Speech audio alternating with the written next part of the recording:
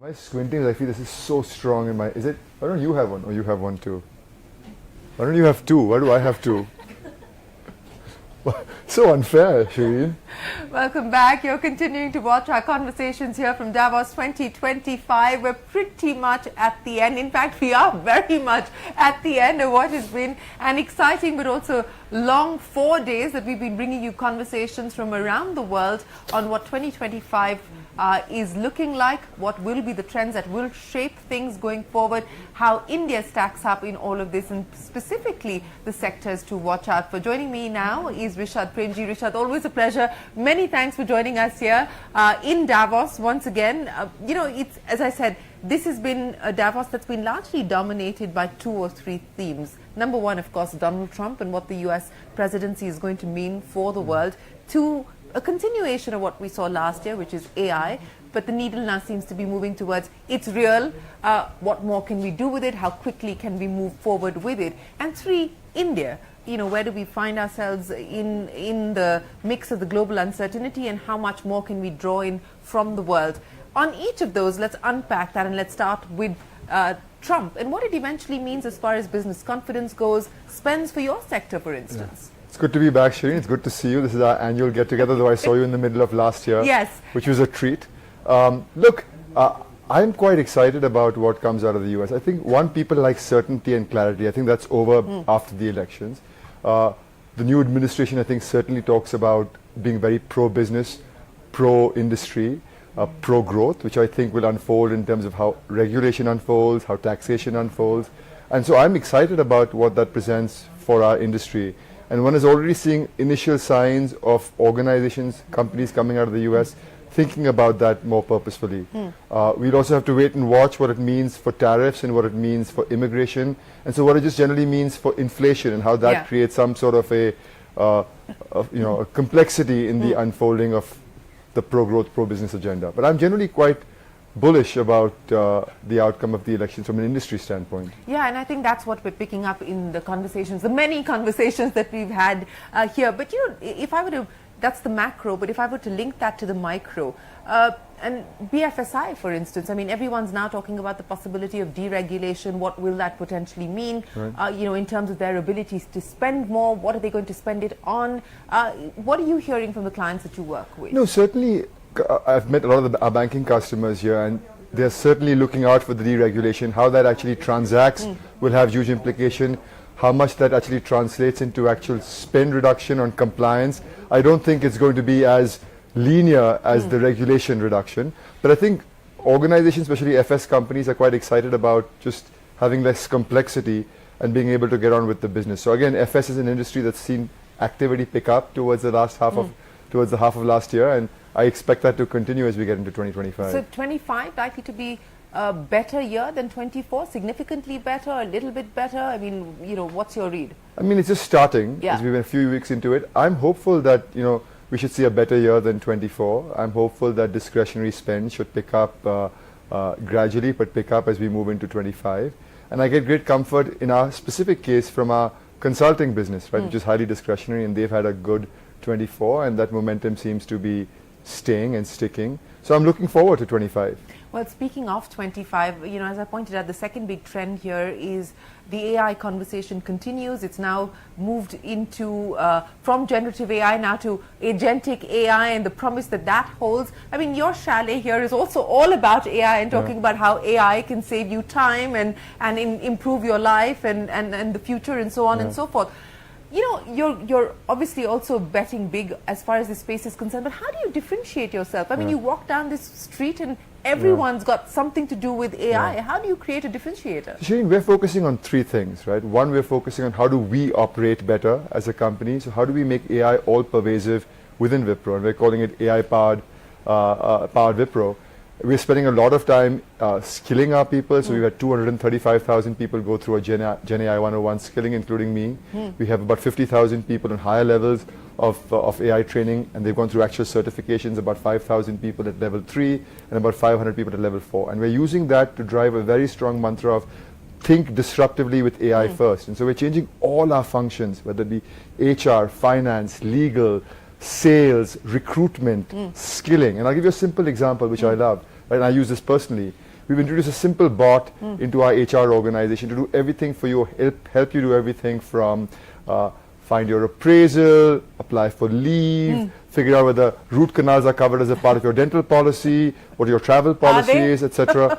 They are in some cases. And so we've had 10 million queries in the last 12 months with 98% accuracy. Now we have a large shared services that supports this. That number will come down dramatically, but we're creating delightful experiences for employees who don't have to maneuver the complexity of the intranet to figure something like this out. So how do we operate better is becoming a very strong mantra within the company. The second thing is, how do we deliver better? So the projects that we're already doing for customers, especially in the fixed price projects, how do we leverage AI to disruptively change the way we deliver? How do we infuse AI to drive differentiation there? And the third is, how do we change the game for our customers, which means how do we bring very domain-specific, context-specific solutions for our customers. So for example, we've built something for FS customers called Wealth.ai. It's a dramatically strong enabler with human in the loop to help financial advisors be much better at understanding their customers, knowing their customers, having a full view of their customers, cross-selling, upselling, and you're seeing the benefits of that flow through with real customers. So this is not academic and sort of in POC mode, it's actually in production. So those are three things we're driving. How do we operate better? How do we deliver better? And how do we change the game? And certainly to the point you were alluding to, agentic AI becomes a core component of that. And what is incredible and unique about agentic AI is, one, that it's autonomous. Two, it's highly specialized. Right? Three, it self-heals, it learns, unlike traditional generative AI. Right? And it can call on things. So it can call through APIs on other agents, on humans. And so that creates a lot of opportunity to drive the efficiency of AI and make it very real. So it's still a journey though, right? Because because enterprises are complex. They're messy, right? They're large. They have not the early adopters in this case. The consumer has been the early adopter. But that's always been the case with technology. You look at any technology. You go back to the internet, right? Back in the early 90s, the technology was used by consumers first. You think about the banks, and the first time somebody came up with internet banking would probably been early 2000. Mobile banking came up in 2004, 2005. So it took you a good 7, 8, 10 years for it to move from consumers to move to broad-scale enterprise adoption. I don't think the cycle will be that long. I think enterprises are certainly moving faster, but they're complex, right? Your data is not perfectly organized. There is no data. There is no AI without clean, clear, organized, well-architected data. And so that's a reality. But I think it presents a lot of opportunities for companies like us to help our customers in this journey of getting you organized to then identifying, building, managing, running those use cases for you. So let's try and quantify the gains that you've already started to see across each of those buckets that you just outlined for us. Operating better, what are the kind of efficiency gains that you've seen? So give me that, I'll stay with that example that I gave you on HR, right? We used to have 1,100-person shared services center. That number has come down to about 700 today. That number will come down further over time. That's a real example, right? We are looking at fixed price projects on the deliver better. We're seeing 20-30% efficiency in our L0 support. The first level of support is being answered by machines effectively. So it's very real. In this example I gave you on Wealth.ai, you're seeing 20-40% efficiency of the financial advisor, but also cross-sell, upsell. So again, these are early days, so I wouldn't get too carried away by the numbers, but they're tangible and they're showing up in impact, because the one thing everybody is sensitive to, Shireen, is ROI. Gen AI is not free. Right? So it's not a nice thing to play with unless you can see a pathway to return. And you've got to be patient, which I think enterprises and customers are willing to be, but we need to see ROIs. No, I get that, and I think that's the other interesting thing about the conversations this time around, that it has moved to the ROI question. So, you know, when you talk about being patient, what are we talking about? I mean, if we've now gone from pilot to actually being able to implement it at scale, when does the return on investment start to kick in? I would imagine it's different for different industries, different customers, different sectors, but you know, what's a realistic timeline that you're working with? I wish I had an answer, and a specific answer on that, Shireen, but I certainly see that customers will adopt it more and more on scale as we unfold over the next 12 to 36 months, right? And then we will see the results of that unfolding thereafter. But I certainly see more activity, more stuff moving from POC to scaled, to production, then moving to scale, but in silos, in very specific areas. So let's see how the next 12 to 36 months unfold. So, in terms of the game-changing bucket, and you gave us one example of what you're doing as far as the financial service solution is concerned. I mean, how many are you working on at this point in time? How many agents, for instance, are you working on? How many solutions are you working on at this point? We're working on multiple solutions. We're going to build somewhere between 30 to 50 solutions at the moment. We're building multiple agents. And they're also very context-specific, right? We're building them out with customers in many instances. So it's still a journey. It's an early journey, but a journey that's very much begun. As you look at the headlines that are coming in from the US today, Stargate, $500 billion and so on and so forth. As somebody sitting in India, also part of the tech world, also trying to get a piece of the AI action, I mean, what's the role that you believe India will be able to play in this space as well? I mean, the government's also putting a fair amount of money in it. Yeah. We have an AI mission, but the US clearly has the lead on this today.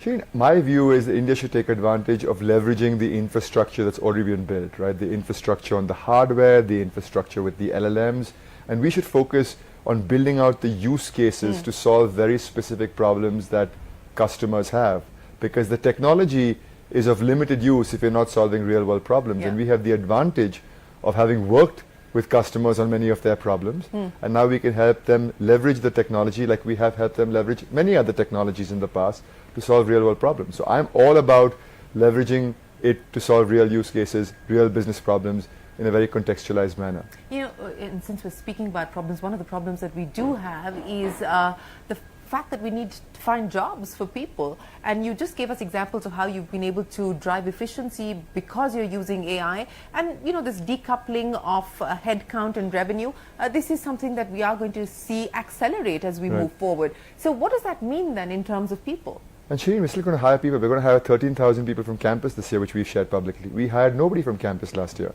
That's an interesting data point to share. So we're hiring people.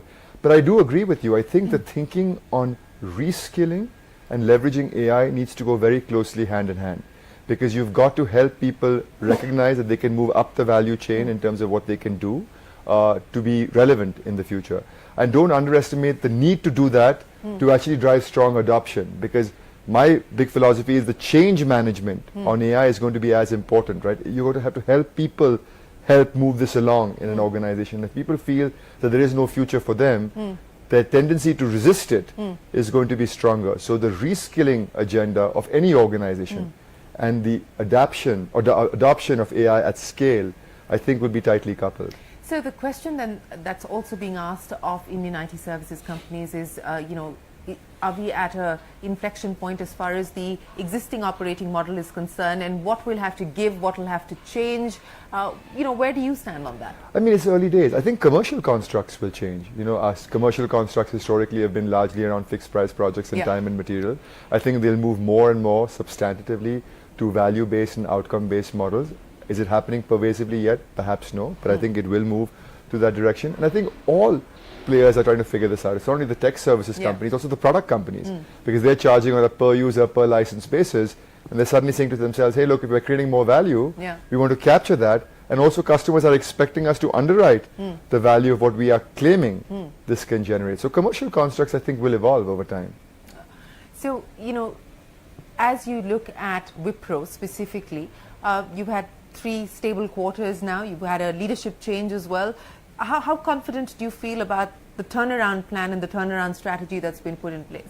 Look, I'm very excited about Srini's leadership. He's been in the business, in the job 10 months now. So I feel energized, I feel excited. We've had a great quarter, and I'm looking forward to the future. I'm excited. And how do you believe Wipro should be positioning itself to make use of the opportunities that we just spoke of? What do you believe you need to do more of? Where do you believe you need to augment capabilities? Where perhaps do you need to invest more?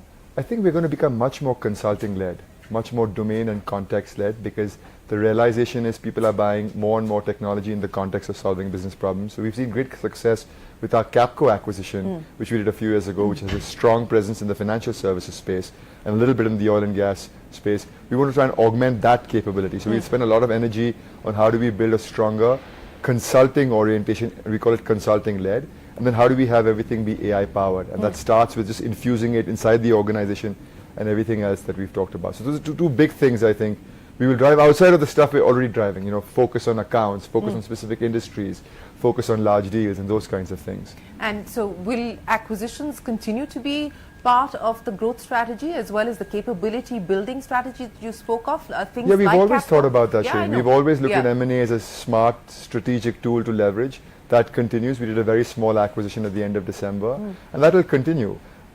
Unlikely that we will do something big bang, but we will certainly continue with acquisitions that add capacity and capability and market access. So what's the conversation that you've had with Srini? I mean, you know, you've had what, 4 CEOs change since 2011 to about 2024. So that has been different as far as Wipro's journey is concerned. So, you know, as you speak to Srini about his mandate, about what you expect him to do with the company going forward, what's the conversation about? No, you know, Srini's been in the company for 32 years, Shireen. He started from campus and he's taken the big job, and so he knows, he loves the company as much as anybody else in the organization. So he understands us really well, and he understands the customer really well, and he understands the business and what needs to be done really well. So all I'm doing is being his biggest champion. He knows what to do, I think.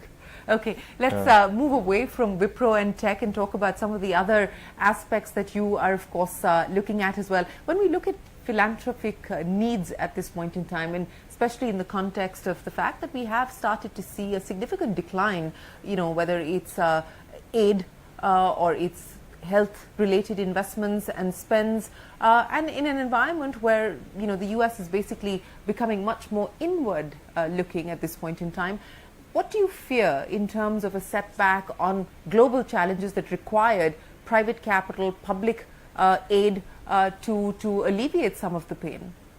I mean, I'm not sure if I'm fully following what you're saying, Shireen, but I mean, I think philanthropy in India is only getting stronger, right? I think philanthropic money in India from people within India is constantly growing and getting stronger, and more from the people who've come in new and come into new wealth because of great success thanks to industries like ours, industries like the startup ecosystem. So I think the sensibility within India is getting stronger, and that will only grow, which makes me very excited about the prospect of helping. You know, we do all our work in the Rishad Premji Foundation in India, and we try and be very focused because we want to have impact on scale. We also work with the government system because if you want to have impact on scale, you've got to work with the government. We work in 2 big areas, one of education, which we worked for many years, and now in healthcare. And we found great support and great encouragement from government. So our biggest sponsor is the government, our biggest enabler is the government. So I'm very hopeful about where this can go. So, you know, what kind of impact or what kind of change would you like to see, especially as far as the health side is concerned? Because on education, you know, you've of course been focusing on that for many years now, but what's the kind of impact that you would like to drive on the healthcare side? No, our focus is again working in the states we know and we know well, working at the most grassroots levels, which are the primary healthcare centers within villages. So that's one big focus. And the other big focus is just setting up secondary hospitals. So we've committed to set up 18 secondary hospitals over the next 10 years, and we will focus on a few tertiary hospitals, so medical colleges. So we're setting up a center in our campus that's coming up in Ranchi, and we've publicly shared that we will set up a tertiary hospital there as well with the medical college. So our focus is on those 2 avenues, primary healthcare centers, working with them at the grassroots level, and then the hospital set What's up. been the big learning of both working with the government to deliver impact as far as, you know, on things that require public-private partnership in sectors like health and education? And these are complex, and these are also not just the central government, these are disparate states that you need to work with. For people who want to use their capital to do something good, what are the learnings that you could share with them? Sure, there are some amazing people in government trying to do the right thing and work hard sincerely. And so there's a lot of good, sincere, qualified leaders that we work very closely with, and it's been an incredible experience. And if you want to have impact on scale, you've got to work closely with stakeholders. You've got to work with an ecosystem. You can't do it yourself. Well, you know, I'm going to get you into the raging debate on what we need to do as far as work-life balance is concerned. And I know that this is not something that you shy away from. In fact, you've been very focused on ensuring that there is a balance, and you're particular about that.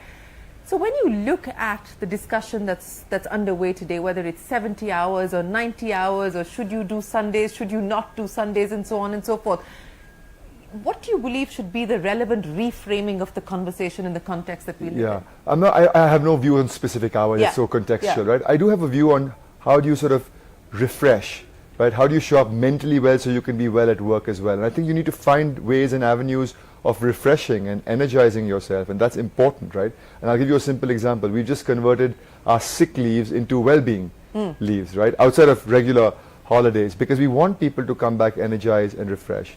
And then the other thing I will say is, look, organizations are not going to think about your work-life balance. You have to think about work-life balance, one.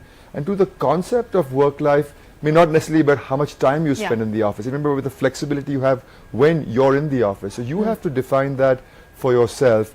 But I certainly believe people have to have balance between their professional life and their personal life, and find avenues to spend time on themselves to just re-energize and show up best for the company. So it's in the company's selfish interest that you and I show up well. In fact, before this I was telling you, I don't know how you are functioning after 93 interviews, right? So I don't know how you can be most impactful with 93 interviews. No, so yes, that is a question, but you know, and here's the interesting thing that you said, that it depends on you and your approach, but you know, companies also have to create a culture that's much more enabling, a culture that is much more facilitative for people to be able to make the kinds of choices that we would like to make for ourselves. So, you know, converting sick leaves into well-being leaves, what do you do about the culture within the organization? We're talking extensively about wellness and thinking about all of this. I talk very personally about my own mental health and just sort of things I do to take care of myself, and we talk about it very publicly. She and I did a town hall last week with a live town hall across the globe where we talked very publicly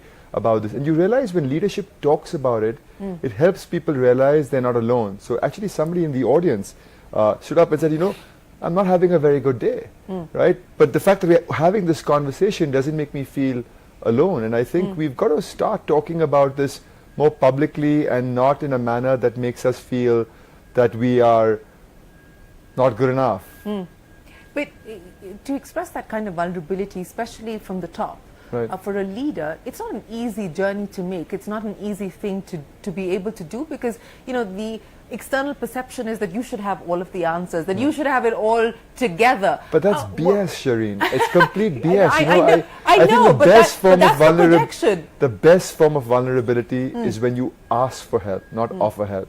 Right? When you can say, look, I don't know. I say I don't know all the time. I say I need help all the time. And, you know, maybe I'm just built like that, I don't know. But I think it's incredibly important to drive that message. And if I feel comfortable, hopefully people around me at Wipro feel comfortable. We're encouraging that, certainly. So where do you find answers to the questions that you have? Who do you lean in on most of the time? In terms of, no, I mean, I spend a lot of time on just myself, and I make time for things that we've talked about. I'd rather sleep more than read one more briefing document if I find that will make me function well for the rest of the meetings that I have. I certainly spend a lot of time on trying to eat as well as I can, and then trying to exercise. And the interesting thing about this week is that none of those three well. So, you know, it's not my best week, but so it is. So you're going to go back and make up for it. Is there such a thing as making up for it? You can't make up for these things. You know, the beauty of sleep is you can't say I'm going to sleep 5-6 hours during the week and I'll sleep 10 hours on the weekend. The body doesn't work like that. I wish it did. It doesn't. No, it doesn't. So, you know, in terms of being able to put these priorities together for you, is there a to-do list that you have for yourself in terms of what you've already been able to do, but what more or what next you want to attempt? These are things I'm focusing on. You know, and you've got to do things in life that you can actually maintain. I'm not a big believer in sort of going to the extreme. These are things I think I can maintain. I'm trying to maintain them. So no New Year resolutions? I don't make them because I don't keep them, so it becomes a joke. But one is I'm trying to be calmer this year. So, you know, maybe read a few pages before I go to bed. No devices for 30 minutes before I go to bed, if I can try that. Maybe take a short walk by myself. It just calms me down. So these are things that work for me. There may be other things that work for others. So the calming thing is maybe a resolution, I don't know, but I'm trying it. Let's see how it goes. Well, you know, I wish you the very best of luck with that. And I think we must have many more people actually be encouraged to attempt being much more calmer. I think that we'd all be in a much better place with that. But, you know, finally, before I let you go, the headline for 2025, in light of the visibility that you have for the company, but also in light of the visibility that India throws up in terms of opportunities. Let me just say, I'm excited as we move into 2025. Excited? I'm excited and energized. Excited and energized. That's a good headline Yes. to not just end this interview on, but also to end our Davos coverage on. Excited and energized. That's Rishad Premji for you. We've tried to capture the mood here in Davos through the course of this conversation, to also put a spotlight on some of the conversations that have happened and the trends that have been articulated by the many leaders that you've heard here on CNBC TV18. We'll of course keep following up on those conversations to see how much progress has been made. And you know, as we've seen over the course of the years, there are buzzwords and themes that emerge through the course of the Davos week, but very often they stick and sometimes they don't. So we will of course update you on all of that. From all of us here from the CNBC TV18 team in Davos, for now, thanks very much for watching. We'll take a break. The news will continue on CNBC TV18. We're back in a moment.